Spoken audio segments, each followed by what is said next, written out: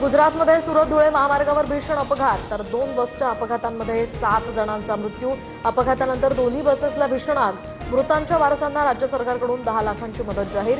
पंतप्रधान नरेंद्र मोदींकडून सुद्धा शोक व्यक्त। पुण्याच्या दौंड तालुक्यामध्ये गर्भलिंग निदानाचा रॅकेट उघड तर केडगाव परिसरात बेकायदेशीर गर्भलिंग निदान सुरू असल्याचा धक्कादायक प्रकार।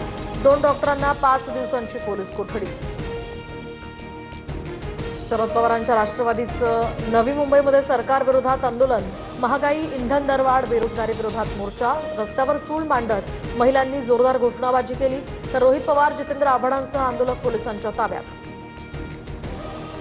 बोरिवलीच्या गोराईमध्ये ठाकरेंच्या शिवसेनेचं आंदोलन। गोराई मॅग्रो पार्क लवकरच आता खुलं करण्याची आंदोलकांची मागणी। युवासेनेकडून प्रतिकात्मक उद्घाटन करत आंदोलन। मुंबईसह उपनगरात पावसाची हजेरी। दहिसर, बोरिवली, कांदिवली, मालाड आणि गोरेगाव परिसरात पाऊस। मान्सूनपूर्व पावसातच अंधेरी सबवे जलमय। दरम्यान नालेसफाईवर पुन्हा एकदा प्रश्नचिन्ह। अकोल्याच्या अकोटमध्ये युरिया खतासाठी शेतकऱ्यांची गर्दी। खतविक्री केंद्राबाहेर शेतकऱ्यांच्या लांबच लांब रांगा। खरीप हंगामाच्या तयारीमुळे युरिया खताची मागणी वाढली।